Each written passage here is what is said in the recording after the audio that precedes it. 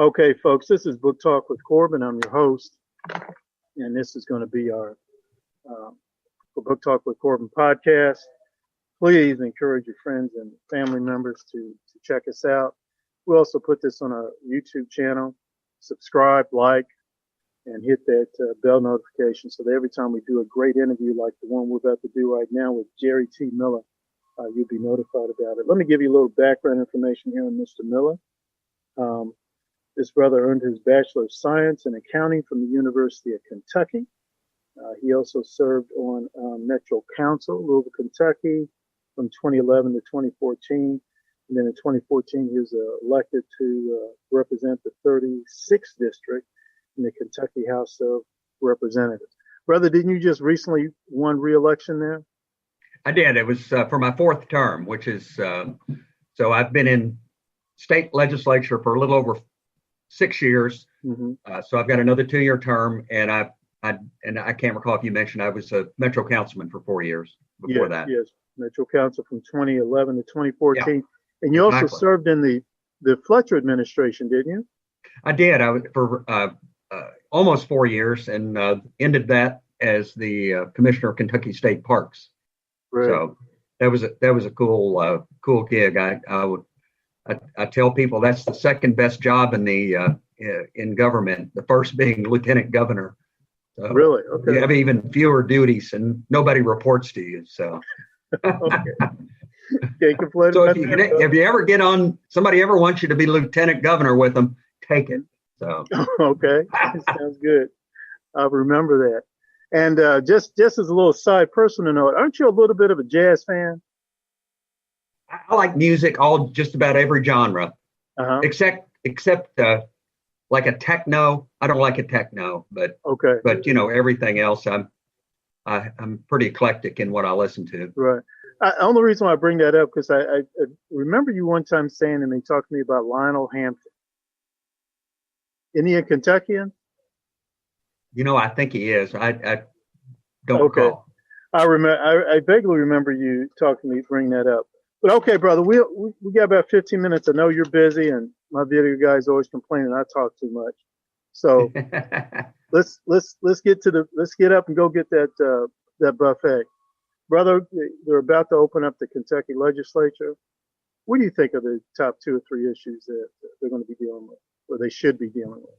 Yeah, we're going into part 2 of the 2021 regular session, which is a 30-day session. We part 1, which we had in early January, was 8 or 9 days, I think. And then we'll go back and we'll meet virtually every day in Monday through Friday in February, except for, I think, President's Day, I believe. Top issues, well, from a constitutional standpoint, we need to pass the second year of the budget. Because of COVID, we only passed 1 year of the budget last session. So we have to do that. That's it's been passed by the House and the Senate. There's a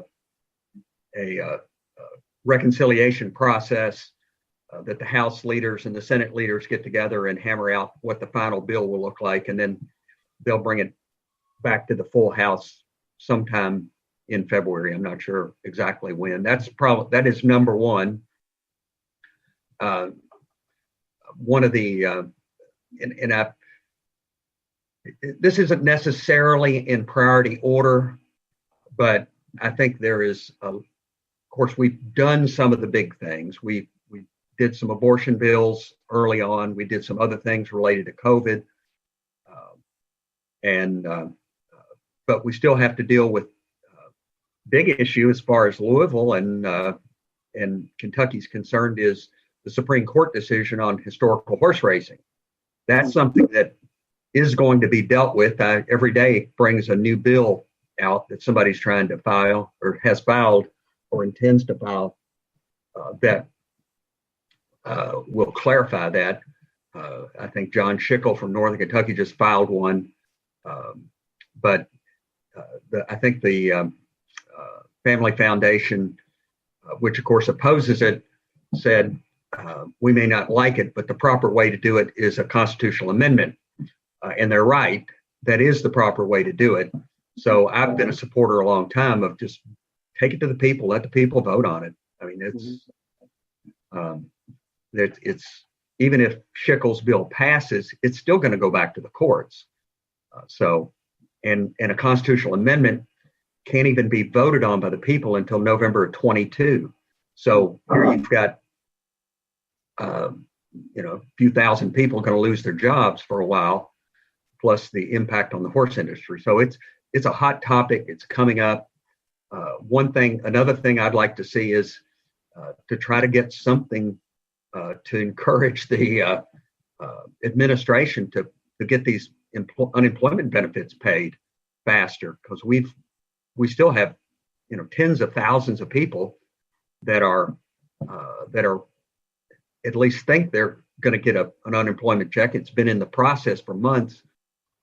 I've heard as many as half of those are fraudulent, which is they're having to waste time on those while they try to sort through and find the right ones out of it. So that's an issue. I think there's probably some more criminal justice type things. I think Jason Nemus has got a bill about felony expungement.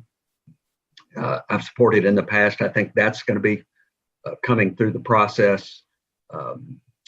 And infrastructure funding is another issue of since gas prices have if you look at the last 15, 20 years, gas prices are still relatively low compared to how high they have been.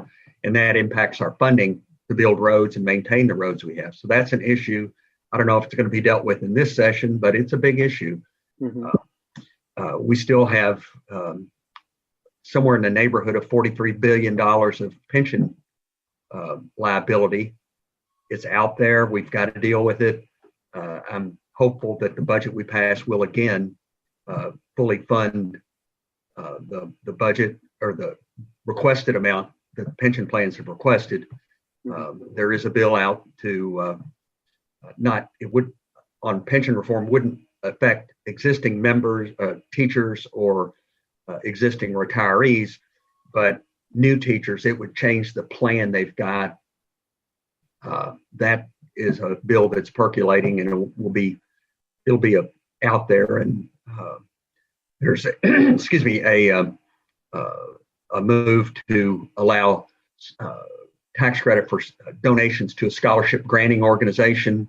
It's a school choice bill that I think it's got some momentum this year. I wouldn't be surprised if that doesn't come to a vote. Not sure if it's got to pass the House, it's got to pass the Senate. So we'll see how that shakes out. But it's been a busy session already, and these 30-day sessions they're more like a sprint than a marathon, like the 60-day sessions are. So now that we'll be back on Tuesday, it's going to be nonstop until March. Wow. And brother, I've been hearing here and there. Some people have expressed some concerns about, has Governor Beshear sort of overextended his authority in doing some of the things he did with the shutdown, etc. Do you feel that way, or do you think that's well? I voted. There were actually 5 bills that dealt with his authority in some way, shape, or form. I think it was House Bill 1, 5, maybe 3. I can't recall exactly the numbers, and then Senate Bill 1 and 2 that we passed those, and I voted for all of them.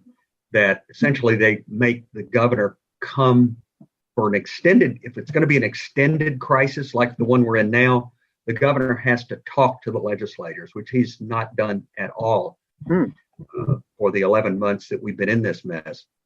So I voted for all those. He vetoed those.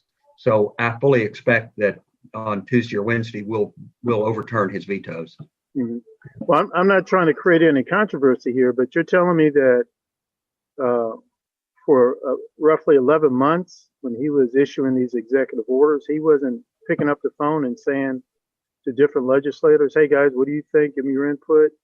Right. Normally, and this, I'll use I'll compare him to his father. Steve Beshear was I served up with Steve Beshear for a couple of years, and he was good to work with. I mean, he'd take us down into the basement of the governor's mansion and have a drink and talk.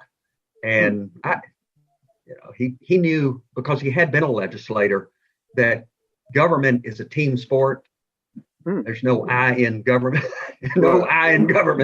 but his son doesn't really get that. So he views us as the enemy and not a partner you got to work with. So it's been a challenge with him. And no, frankly, he's not. Our leadership historically finds out the same day everybody else does, maybe an hour before everybody else. And it's not, what do you think of what I'm going to do? Is here's what I'm going to do. So, wow. Brother, I have to say something about you. You're very diplomatic. You are very diplomatic. I would be surprised if one day if you're like ambassador for the United States in one of these foreign countries. Yeah, because you're the man. You're the man for that, definitely. Brother, we only got a few minutes left, but let me say this real quick. This is Book Talk with Corbin. I'm your host. And folks, we're speaking with Mr. Jerry Miller, good brother, good man. He has served in Metro Council, Louisville Metro Council, from 2011 to 2014. So now we're going to ask him about, the mayor's elections coming up in 2022. Give us some of your thoughts and reflections on that. Well, I served with David James. I don't know the lady that, I think it was a woman that has filed also or talked and given her letter of intent to run. But I served with David James. He's a good man. I like David James a lot. Frankly, I think we could do a lot worse than David James as mayor. So I will say that. But it's really early in the process. If you go back to, I was elected to the council the same year that Greg Fisher ran against Hal Heiner. And actually the seat I ran for was vacated by Hal Heiner. Yes. So I would, and of course that didn't turn out the way I wanted, but I've known Greg for at least that long, at least a little over 10 years. And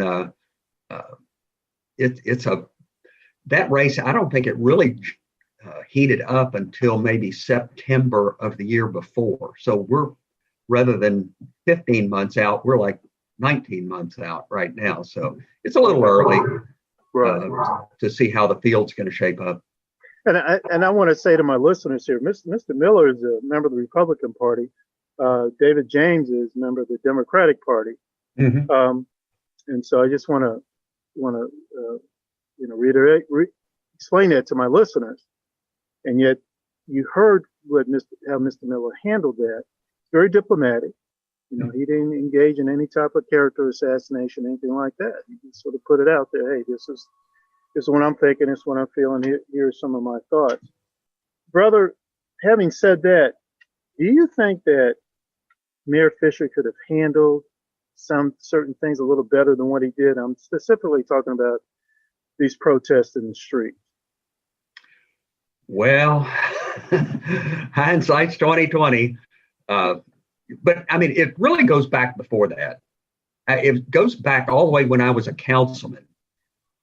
There were issues that came up that it was clear that there was a disconnect between the police leadership and the rank and file.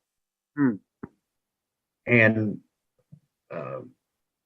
the former chief was a good man, but wasn't a great leader of men. And many of us thought there was just a lack of communication with the rank and file about making sure that they were on the same page. Some of the things that Russell Coleman, who was the U.S. attorney and had been with the FBI in terms of the community violence initiative, we were telling Greg Fisher in 2012, 2013 era that he needed to do something like that. As a matter of fact, I wrote an op-ed with another fellow that was published in the Courier Journal. It was probably about 2013 that, look, you've got an issue here. You need to look at what they've done in Boston and take that to heart and make some changes around here. And here we are 8 years later, and they're just now doing that community violence initiative seems to have legs now. So I wish them the best, but yeah, I think it wasn't just last May, last spring that there's been issues. This goes back a long way. Because it's got some roots there. Okay. All right, brother. Well, it looks like we need to, looking at my clock here, it looks like we need to wrap it up. I appreciate you coming out the way you do. It's always a pleasure being with you, Corbin. I enjoy watching your podcasts, and as you request, I share them. So fantastic. Hit like, and all right. But anyway, best of luck, Godspeed, and bless your work. Yeah, and let's do this again sometime. You think that'd be okay? Sure. All right, brother. Let me get there in February.